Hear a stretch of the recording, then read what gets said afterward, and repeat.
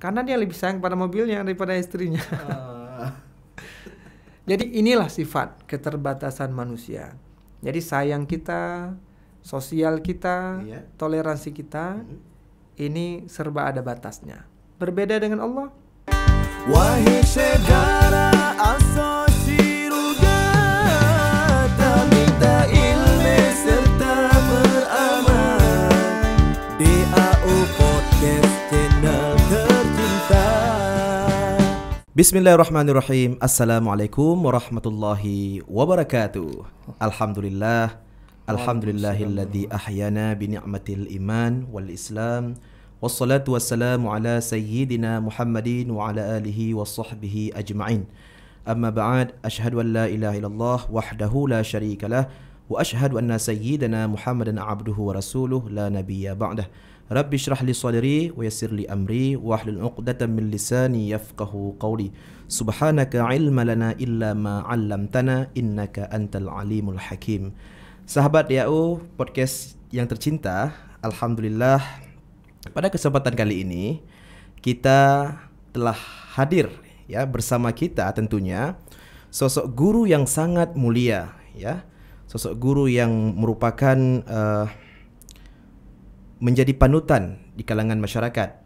Okey, sebelum saya menunjukkan biodata beliau, terlebih dahulu pada kesempatan kali ini sahabat DAO Podcast Channel, alhamdulillah kita telah memasuki bulan suci Ramadan. Alhamdulillah, thumma alhamdulillah, Allah masih memberikan kepada kita umur yang berkah, umur yang panjang, kesihatan, dan semoga kita istiqamah beribadah kepada Allah Subhanahu wa taala. Amin, amin. Sahabat DAO Podcast yang tercinta, sebelumnya kita sama-sama akan memperkenalkan narasumber yang telah hadir bersama kita. Tentunya saya ingin memperkenalkan bahawa Al-Mukarram, beliau adalah merupakan pimpinan Dayah Zawiyah Darul Murtadah. Kalau dalam bahasa Melayu disebut mudir atau pimpinan. Beliau adalah merupakan pimpinan Dayah Zawiyah Darul Murtadah yang berada di kawasan Lam Isik, iaitu Kampung Gurah, Pekanbadak ya.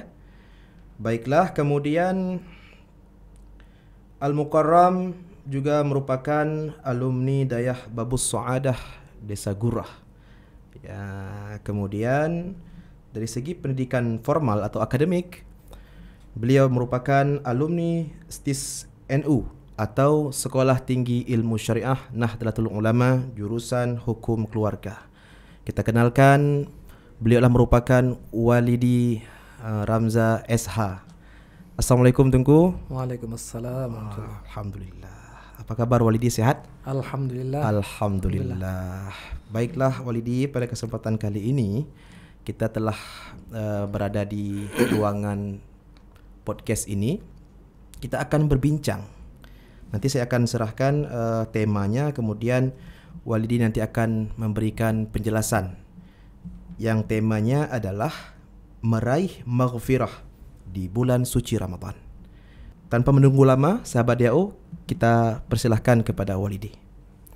Baik, terima kasih. Assalamualaikum warahmatullahi wabarakatuh. Waalaikumsalam. Terima kasih atas kesempatan yang telah dititipkan kepada kita. Mudah-mudahan pembahasan kita hari ini atau apa yang kita sampaikan menjadikan sebuah momen dalam kita menghadapi di dalam bulan suci Ramadan. Amin. Di mana kita tahu bahwa bulan suci Ramadan ini merupakan bulan harapan kita selaku umat untuk menggapai kemenangan di sisi Allah Subhanahu wa taala. Sebagaimana yang telah ditetapkan tadi, yang merupakan sebuah tema bagaimana meraih maghfirah di bulan suci Ramadan. Betul. Tentunya kita tahu bahwa yang namanya maghfirah itu semua orang sangat mengharapkannya. Masya Allah. Ya, artinya kenapa?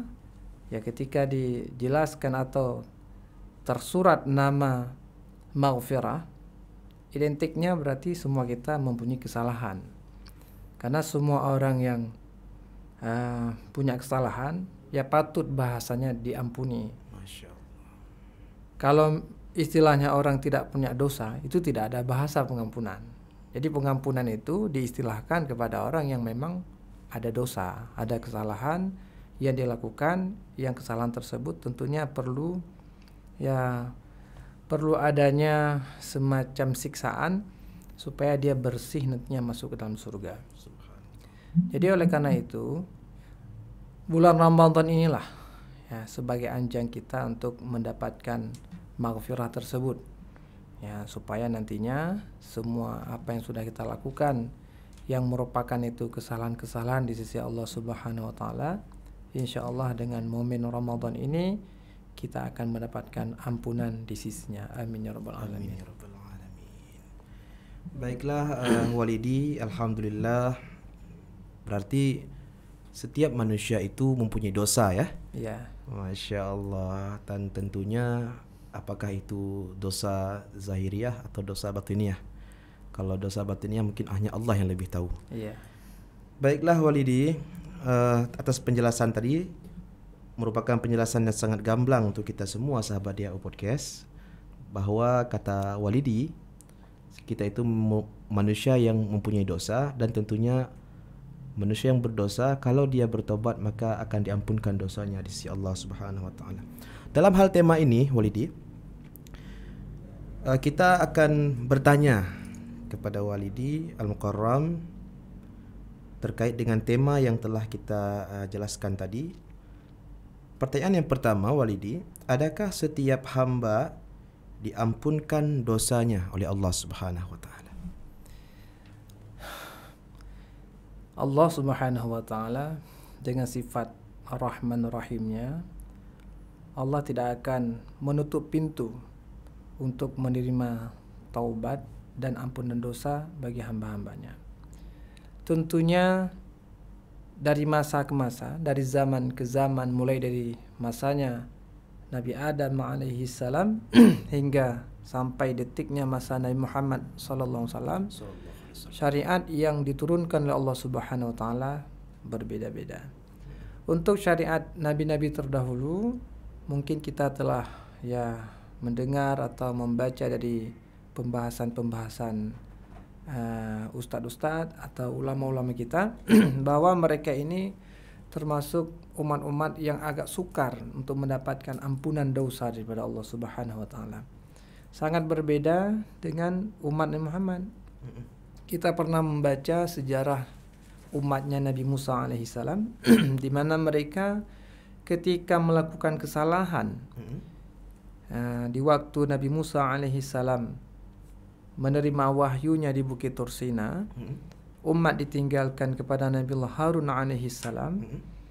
Mereka dikelabui oleh seorang bisa kita namakan provokator lah, yang mengatasnamakan dia sebagai Musa Samiri dengan menetapkan Tuhan yang sebenarnya adalah lembu. Jadi istilahkan dengan Tuhan lembu. Maka ketika Nabi Musa kembali dari Bukit Tursina untuk melihat bagaimana kondisi umatnya, ternyata Nabi Musa telah menemukan umat-umatnya telah menyembah lembu. Yang lembu tersebut mereka anggap sebagai Tuhan, penolong mereka dalam kesehariannya. Jadi Nabi Musa berdakwah kembali, menyampaikan bahwa tindakan mereka ini adalah sudah salah, sudah menyimpang dengan aturan yang sebenarnya, dan mereka sadar, sehingga mereka meminta bagaimana solusinya kepada Nabi Musa alaihissalam agar mereka diterima kembali oleh Allah Subhanahu wa taala. Apa yang terjadi pada waktu itu? Nabi Musa bermunajah kepada Allah Subhanahu wa taala, memintakan petunjuk kepada Allah. Ya Allah, umatku telah melakukan kesalahan dan mereka telah sadar untuk kembali beribadah, menyembah kepadamu ya Allah.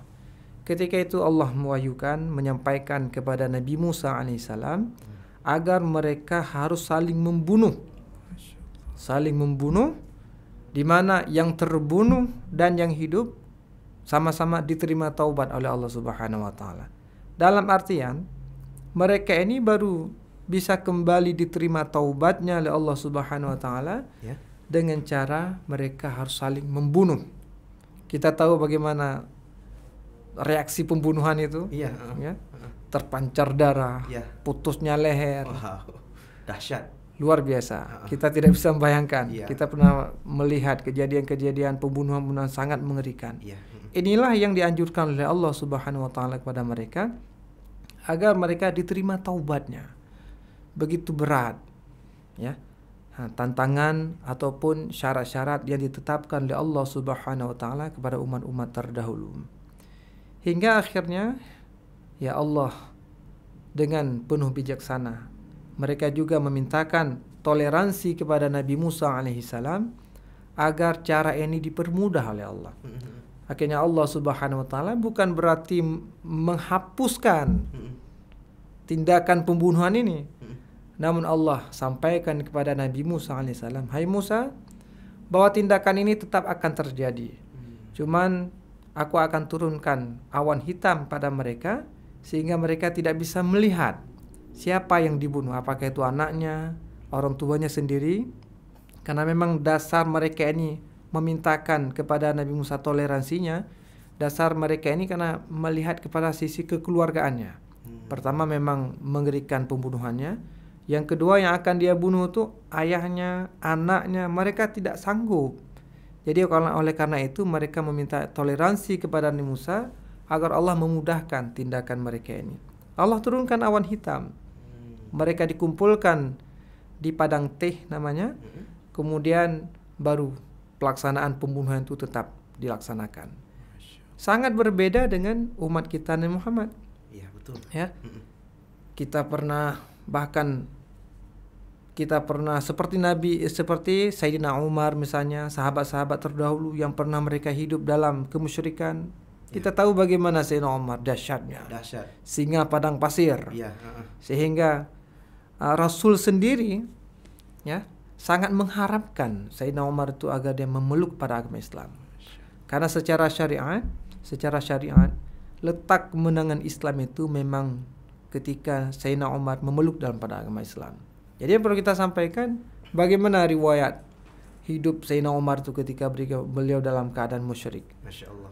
Pembunuhannya, pembunuhan dahar dingin. Bahkan beliau itu penentang ya dulu ya. Oh, luar biasa. Pantang dengan Islam ya. Ketika mendengar Islam itu langsung pedang naik. Begitu dahsyat bencinya kepada Islam. Waktu itu. Ya. Tapi itulah yang namanya anugerah daripada Allah Subhanahu wa taala. Kita tidak bisa menebak siapa sebenarnya yang baik di sisi Allah Subhanahu wa taala. Ini rahasia di sisi Allah. Jadi yang perlu kita sampaikan sebagaimana pertanyaan tadi, semua kita ini diterima taubat oleh Allah Subhanahu wa taala. Tidak melihat latar belakang bagaimana dosanya kita. Apakah kita dulu pernah membunuh orang, kita pernah berzina dengan dosa yang sangat dahsyat, kita pernah mendolimi dengan cara berbagai macam cara. Namun yang jelas diterima taubat itu tidak ya langsung diterima begitu saja. Ya, ada aturan main. Ada aturannya. Ada aturan. Kalau bahasa ajamiyahnya, salah jak riwang, salah cok pulang. Ya, itu peribahasa. itu peribahasa, bahasa ajamiyah, artinya bukan bahasa Arab. Bukan ya. bahasa Arab. Arti salah jak riwang kalau memang kita salah melangkah dalam melakukan sebuah tindakan, yang tindakan tersebut ya tidak sesuai dengan aturan agama, kita perbaiki langkah kita itu. Ya. Kalau memang dulu kita sholat misalnya, sholat ada tapi sholat kita ya tidak sesuai dengan aturan fikih, hari ini kita ya pelajari kembali sedikit-sedikit, kemudian di mana kesalahan-kesalahan itu ya kita perbaiki. Itu salah aja. Kalau salah cok tentunya kita salah mengambil. Ya, kita bisa mengambil punya orang, aturannya ya kita kembalikan. Secara fikih kalau memang barang itu sudah tidak ada lagi sama kita, ya otomatis kita mesti mengganti dengan barang yang baru kalau ada. Kalau tidak ada kita mengganti dengan barang yang second, ataupun kita gantikan dengan uang misalnya, atau kita minta maaf. Walaupun tindakan minta maaf ini memang tindakan yang sangat payah. Karena semua kita itu tahu kita bagaimana risiko yang akan kita terima nantinya. Nah, itu mungkin dari pertanyaan Ustadz tadi, ya. Begitu sedikit penjelasan dari saya. Masya Allah, subhanallah, pemirsa sahabat YAU Podcast Channel. ketika kita melakukan dosa, Walidi menjawab pertanyaan tadi, ketika seorang hamba itu melakukan dosa di bulan suci Ramadan, semua dosa hamba yang bertaubat kepada Allah, maka Allah ampunkan dosanya. Baiklah Walidi, untuk pertanyaan yang kedua, dosa seperti apa yang Allah ampunkan? Karena ada ini istilah dosa kecil, dosa besar. Nah, dosa yang gimana yang diampunkan? Boleh dijawab Walidi. Tadi saya sudah menjawab sepintas bahwa semua dosa itu akan diampunkan oleh Allah. Ya, kecuali mungkin syirik. Selama dia dalam syirik itu tidak bertaubat, tetap dengan kesyirikannya, itu semua dosa tidak akan diampuni. Jadi sampai ke tingkat dosa yang paling dahsyat sekalipun, ya, seorang murtad misalnya, dia murtad keluar pada agama Islam, kemudian ingin balik lagi, taubat dengan taubatan nasuha, Allah masih menerima. Masih menerima. Kecuali ada unsur-unsur yang lain. Ada misi misionarisnya, ada misi keduniaannya. Ya, dia mungkin ada tawaran-tawaran berupa ada tawaran rumah, mobil, uang misalnya. Allah sangat mengetahui isi hati seseorang tersebut. Jadi semua dosa itu tidak ada halangannya untuk diterima oleh Allah. Ini masih Rahman Rahim Allah. Berbeda dengan kita. Kita punya juga sifat Rahman, sayang bahasa logat, kasih sayang bahasa manusiawi. Kalau bahasa kita, kasih sayang kita ini terbatas tentunya. Terbatas.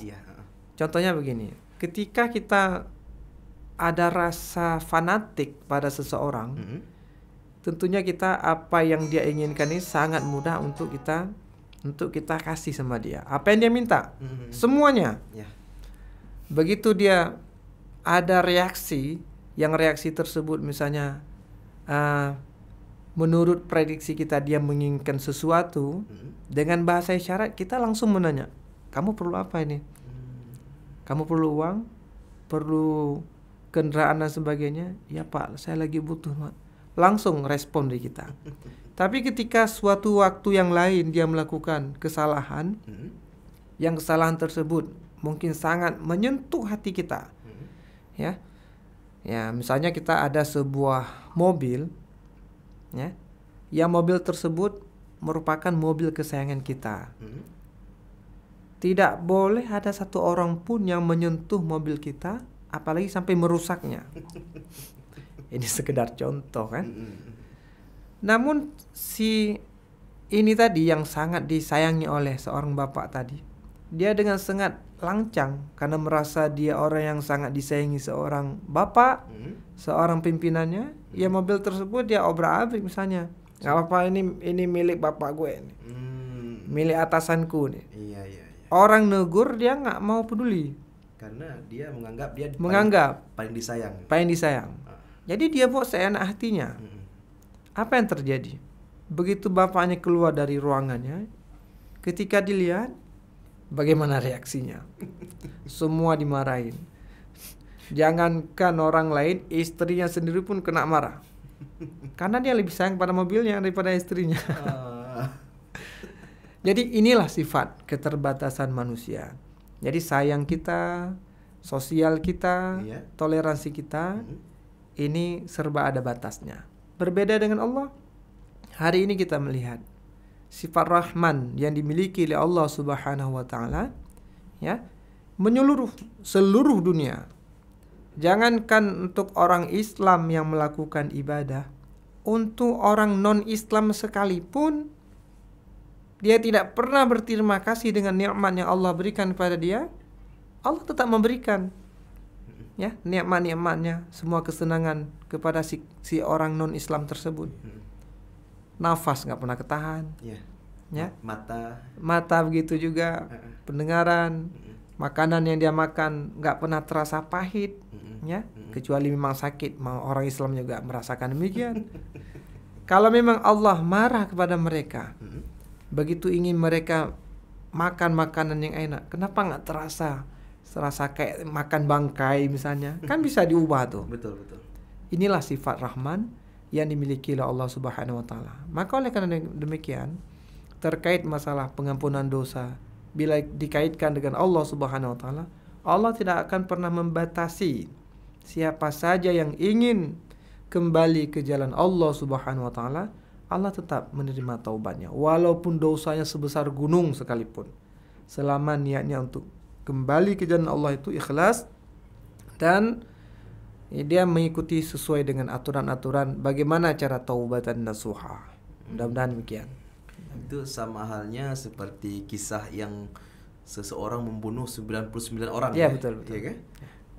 Akhirnya dia bimbang dan kemudian dia bertanya kan? Ya. Hingga pada akhirnya dia diterima ampunannya di sisi Allah Subhanahu wa taala. Baiklah Walidi, alhamdulillah ini jawabannya sungguh banyak hikmah ya. Karena dari tadi Walidi menjawabnya dengan sangat dengan bercerita, hingga pada akhirnya kita pun banyak tahu di sini. Nah, baiklah Walidi, ini untuk pertanyaan yang ketiga. Ya, silakan. Bagaimana cara upaya kita untuk mendapatkan ampunan Allah? Cara upaya kita. Ya, usahalah. Usahanya bagaimana? Tentunya semua masalah ini ketika kita menyelesaikannya ini selalu membutuhkan usaha. Yeah. Semua, tidak hanya masalah dosa. Terlebih masalah dosa ini, ya, karena dosa ini terkait masalah, ya, secara awam kita menyampaikan masalah azab ini. Ketika dosa kita masih terabadikan, tidak hanya berbicara masalah hari bangkit nanti, di dunia saja kita sudah diazab. Kan berdasarkan sebuah ayat Al-Quran, wa man a'rada an dzikri fa inna lahu ma'isyatan dhanka wa nahsyuruhu yaumal qiyamati a'ma. Orang-orang yang menyimpang dengan aturan-aturan yang sudah ditetapkan oleh Allah Subhanahu wa taala, ia akan diberikan kehidupan di dunia ini dalam keadaan sempit, serba kesulitan, serba payah hidupnya. Jiwanya enggak tenang, hatinya enggak luas. Jadi diberikan rasa sempit dalam perasaannya. Selanjutnya wa nahsyuruhu yaumal qiyamati a'ma. Dan di akhirat dia akan dibangkitkan dalam keadaan buta.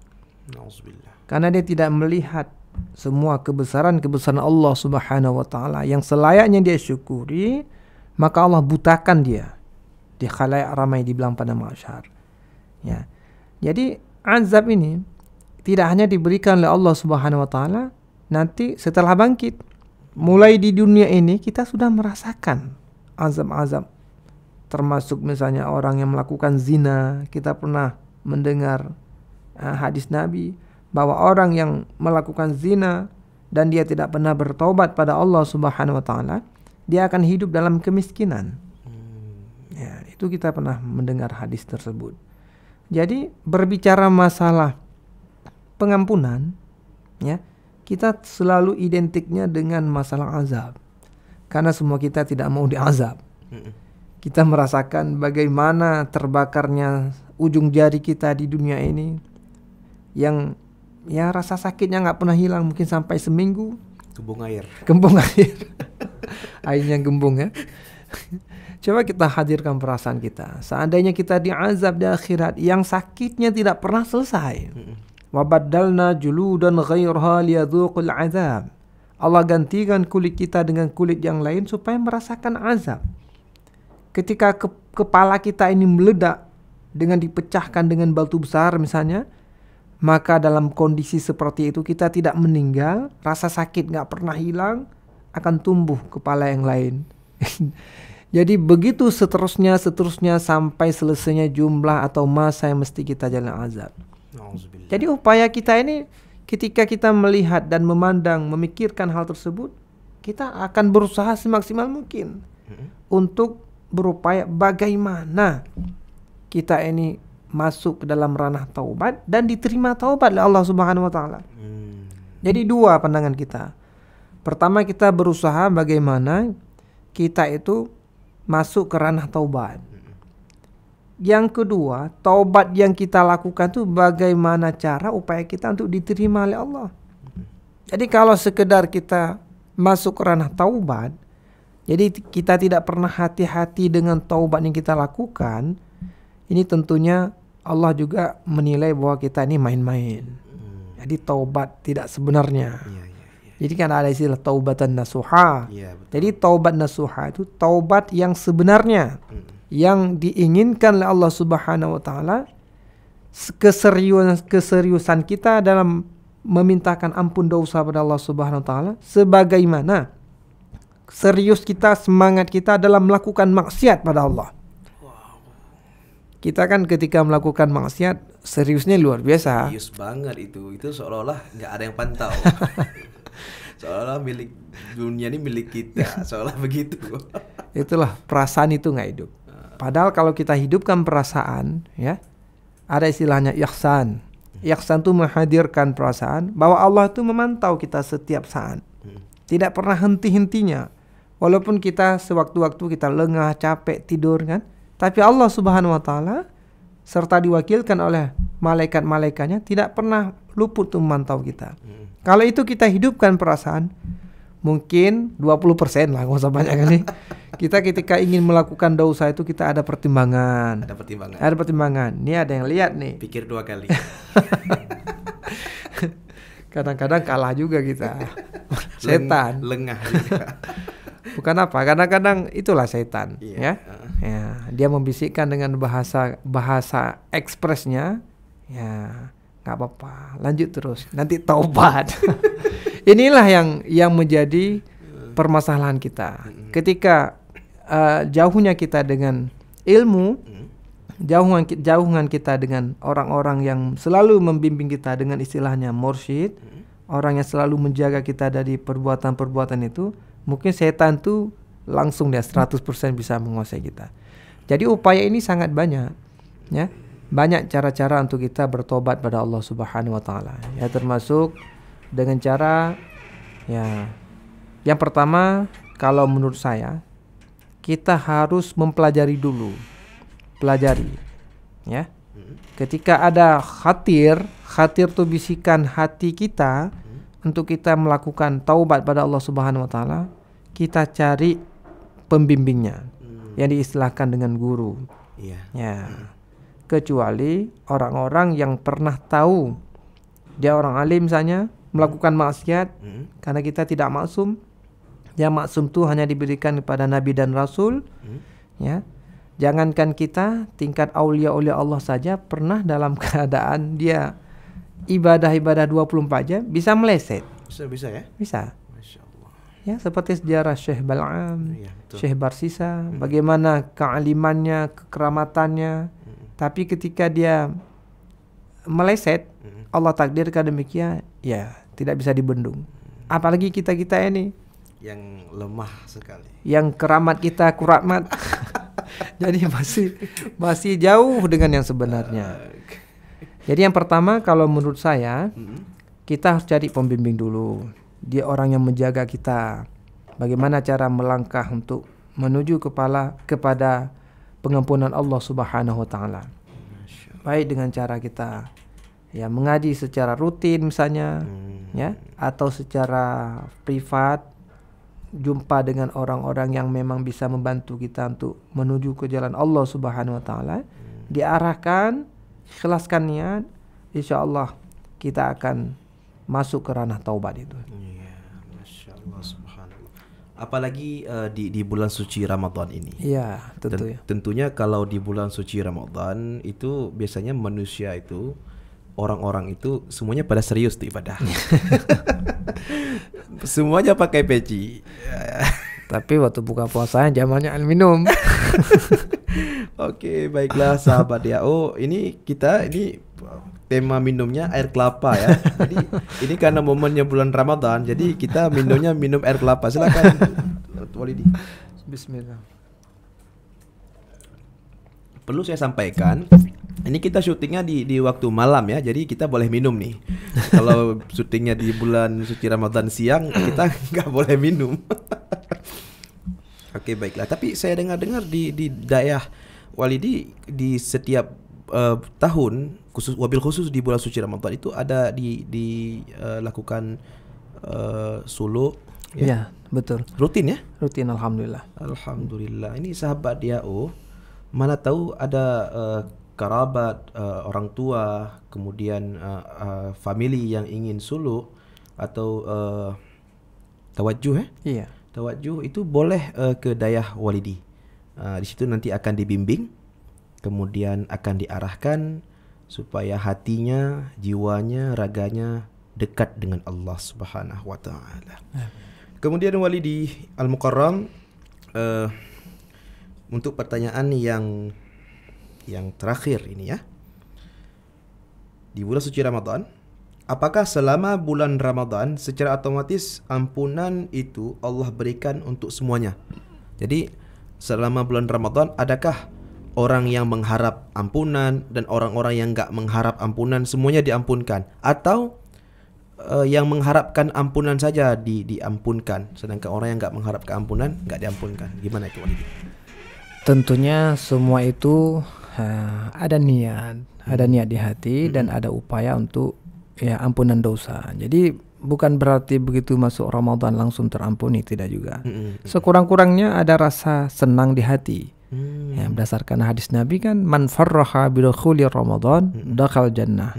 Ghafarallahu ma taqaddama. Orang yang senang dengan masuknya bulan suci Ramadan, ya, dia akan diampuni dosa oleh Allah Subhanahu wa taala. Jadi ada reaksi, ada keinginan di hati. Sekurang-kurangnya dia merasa senang, ya, senang dan ada niat untuk dia memperbaiki semua amalnya yang kurang di bulan-bulan yang lain. Jadi tidak begitu masuk langsung terhapus otomatis, tidak juga. Ya, kalau kita bilang seperti itu ya itu sangat sudah kita sepelekan amal begitu. Jadi oleh karena demikian dalam bulan suci Ramadan ini kita perlu persiapan-persiapan, perlu ya ibadah-ibadah mahdhah, ya, untuk lebih kita mendekatkan diri kepada Allah Subhanahu wa taala. Tentunya dengan harapan kita apa yang kita lakukan itu kita mendapatkan ampunan dosa pertama. Itu yang paling penting ya. Itu yang paling penting. Karena kepada siapa yang kita harap keampunan ini? Ya. Tentunya kepada Allah. Iya. Ya. Jadi kalau kita minta kepada Allah, kita mengharap ampunan dosa pada Allah, ya tentunya kita melakukan hal-hal yang bisa mendekatkan diri pada Allah. Jadi semua yang kita lakukan, baik seperti yang sudah Ustadz Dzulkiran tadi menyampaikan bahwa di tempat kami memang kami adakan suluk, yang suluk tersebut merupakan satu jalan ibadah zikir untuk mendekatkan diri pada Allah. Jadi semua ibadah-ibadah yang dilakukan oleh manusia, terutama di bulan suci Ramadan, itu hakikatnya litaqarrub ilallahi ta'ala, untuk mendekatkan diri kepada Allah. Membaca Quran, banyak-banyak bersedekah, jangan disimpan. Itu sahabat ya, dengar. Jadi kalau yang lebih harta, ayo kita beramal dengan bersedekah. Oke. Kemudian ya kayak tadi tawajuh, ya. Kemudian banyaklah perkara-perkara yang bisa kita lakukan di bulan suci Ramadan yang tujuannya apa? Litaqarrubi ilallahi ta'ala, untuk mendekatkan diri pada Allah Subhanahu wa taala. Untuk apa kita dekatkan diri pada Allah? Untuk dosa kita diampuni. Ini yang paling penting. Karena ketika dosa diampuni, itu bukan berarti semua catatan dosa itu dihapus. Tidak juga. Di dalam satu hadis diceritakan, ketika datangnya hari kiamat, hari bangkit nantinya di padang mahsyar, itu kita dipanggil oleh Allah Subhanahu wa taala. Pulan mimpulin kemari. Yang disebutkan nama orang tua kita. Ya, datang kita. Coba engkau bacakan beberapa dosa-dosa yang pernah engkau lakukan. Kita membacakan di hadapan Allah Subhanahu wa taala. Semua kita baca. Ya. Setelah semua terbaca, ada di antara dosa-dosa itu yang sudah diampuni oleh Allah Subhanahu wa taala. Maka ketika itu Allah menyampaikan, itu beberapa dosa tadi saya sudah ampuni. Ini belum saya ampuni. Jadi komunikasi kita itu kalau kita tidak pernah membuka-buka aib manusia di dunia ini, mempermalukan manusia di hadapan orang di dunia, maka komunikasi masalah dosa tadi Allah tutupkan pendengarannya, kepada semua makhluk yang ada di padang mahsyar. Subhanallah. Jadi walaupun Allah menyampaikan kamu ini melakukan dosa ini, misalnya dosa berbohong, dosa berzina, dosa mencuri, malu kan? Di situ ada guru kita, Masya Allah. ada kawan kita yang dulu dianggap kita orang yang paling baik. Gimana perasaan kita? Malu sekali. Sangat malu. Satu kampung saja lihat kita malu, atau lagi satu penduduk bumi. Yang anehnya hilang kambing satu di kampung. Orang cari kambing tuh semua kampung tuh ribut gara-gara satu kambing. Padahal kita yang ngambil dulu. Ternyata ketika kita itu dibongkar rahasia Allah Subhanahu wa taala, bayangkan apa yang terjadi. Rupanya kamu orang berpeci aja nggak pernah tinggal di masjid. Inilah tugas kita menjaga jangan sampai kita mempermalukan hamba di dunia. Supaya kita nantinya ketika taubat tuh yang sudah diterima oleh Allah Subhanahu wa taala, tidak sampai kita dibuat malu oleh Allah. Dipermalukan luar biasa malu kita. Sangat malu. Dan banyak dosa-dosa yang mungkin yang kita lakukan, apalagi masa-masa bisa dikatakan ya masa-masa non ilmu lah. Apa yang kita lakukan tuh kadang-kadang baik kita sadari atau kita tidak sadari, tentunya kita berharap sama Allah Subhanahu wa taala agar kita tidak dipermalukan di hadapan khalayak ramai. Amin insyaallah. Memang sangat luar biasa ya kalau itulah, apalagi di bulan suci Ramadan ya. Apalagi di bulan suci Ramadan, bahwa jangan pernah kita lakukan membongkar aib orang lain, karena belum tentu aib kita itu lebih sedikit daripada aib orang lain. Boleh jadi lebih banyak aib kita daripada boleh jadi ya. Nah, makanya itu sangat susah Walidi menjaga aib orang lain ataupun menceritakan aib orang lain di hadapan orang lainnya. Nah, itu sangat sering terjadi ya di kalangan masyarakat, bahwa ketika ada seorang anak gadis melahirkan dengan jalan tidak halal ya, dalam artian kata boleh disebutkan hasil daripada anak zina, dan itu di masyarakat itu, di kampung-kampung itu sangat ribut tuh. Itu komunikasinya itu lebih cepat daripada WhatsApp. mulut itu lebih cepat daripada grup WhatsApp. Inilah tugas kita. Tugas kita memberikan arahan, bimbingan kepada mereka. Sebenarnya itu tidak baik. Nah, walaupun ya seperti siasat Syekh Abdul Rauf lah. Ketika beliau memasukkan Islam ke negeri kita Aceh ini dengan cara menyusup, ya, berbaur. Ya, terkadang kita ya kalah dengan keadaan. Boleh jadi ya kita menganggap sepele perkara demikian, padahal itu kan beban tanggung jawab untuk kita semua. Ya, jadi kalau sama-sama kita menjaga, memperbaiki, menasihati seperti orang-orang yang dulu, agamanya insyaallah akan bertahan. Subhanallah. Baiklah Walidi, alhamdulillah untuk yang terakhir kita ingin mendengarkan nasihat yang terakhir dari Walidi. Kita berikan waktu 3 menit atau 5 menit untuk kita semua sahabat DAO. Bisa kita dengarkan nasihat terakhir daripada Walidi di bulan suci Ramadan ini. Upaya kita untuk mendapatkan ampunan Allah, mungkin dipersilakan. Baik. Ya tentunya bulan Ramadan ini merupakan bulan yang penuh berkah, bulan anjang ibadah kita. Hidupkan pikiran kita dari hari ini hingga seterusnya. Coba kita bandingkan apa yang kita lalaikan lagi. Berapa banyak masa-masa yang sudah terbuang, ibadah kita yang tidak pernah benar, yang dulu kita nggak pernah khatam Quran, sibuk dengan pekerjaan, sibuk dengan urusan-urusan dunia ini. Inilah kesempatan kita untuk meraih, untuk mengejar ketinggalan. Siapa tahu akhir bulan Ramadan ini, atau kita tidak berakhir di bulan Ramadan, yang jelas kita wafat di bulan suci Ramadan ini sudah terampuni dosa di sisi Allah Subhanahu wa taala. Subhanallah. Sahabat DAO Podcast Channel yang dimanapun berada, ternyata untuk mendapatkan ampunan Allah itu yang pertama dengan jalan taubat dan menyesali ya, Walidi ya, menyesali perbuatan. Dan di bulan Ramadan insyaallah penerimaan ampunan pasti cepat kalau kita lebih serius lagi. Ya. Baiklah Walidi, alhamdulillah, terima kasih banyak telah hadir di tempat kami. Mudah-mudahan Walidi sehat selalu, sekeluarga semuanya sehat, dan mudah-mudahan berkah rezekinya, kemudian diberikan kesehatan, kemudian diberikan kemudahan apapun urusannya. Terima kasih telah hadir di tempat kami, dan doakan kami di sini. Mudah-mudahan kami tetap konsisten dan istiqamah membuat acara yang seperti ini, supaya yang pertama ada kesan positif untuk masyarakat sosial media. Karena jalur dakwah sosial media itu sekarang sepertinya lebih banyak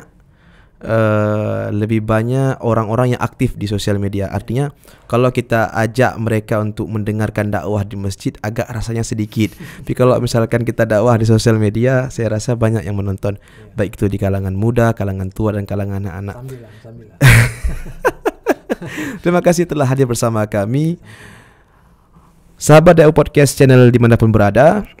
Tetap dukung terus channel ini, dan jangan lupa subscribe. Kemudian tetap selalu dukung dan komen di channel, komen di bawah videonya. Kalau misalkan ingin request tema, itu kami perbolehkan, apalagi di bulan suci Ramadan. Nanti kita akan undang Walidi lagi, dan kita akan undang beberapa guru-guru kita yang menjadi panutan di Aceh ini. Terima kasih banyak Walidi. Assalamualaikum warahmatullahi wabarakatuh.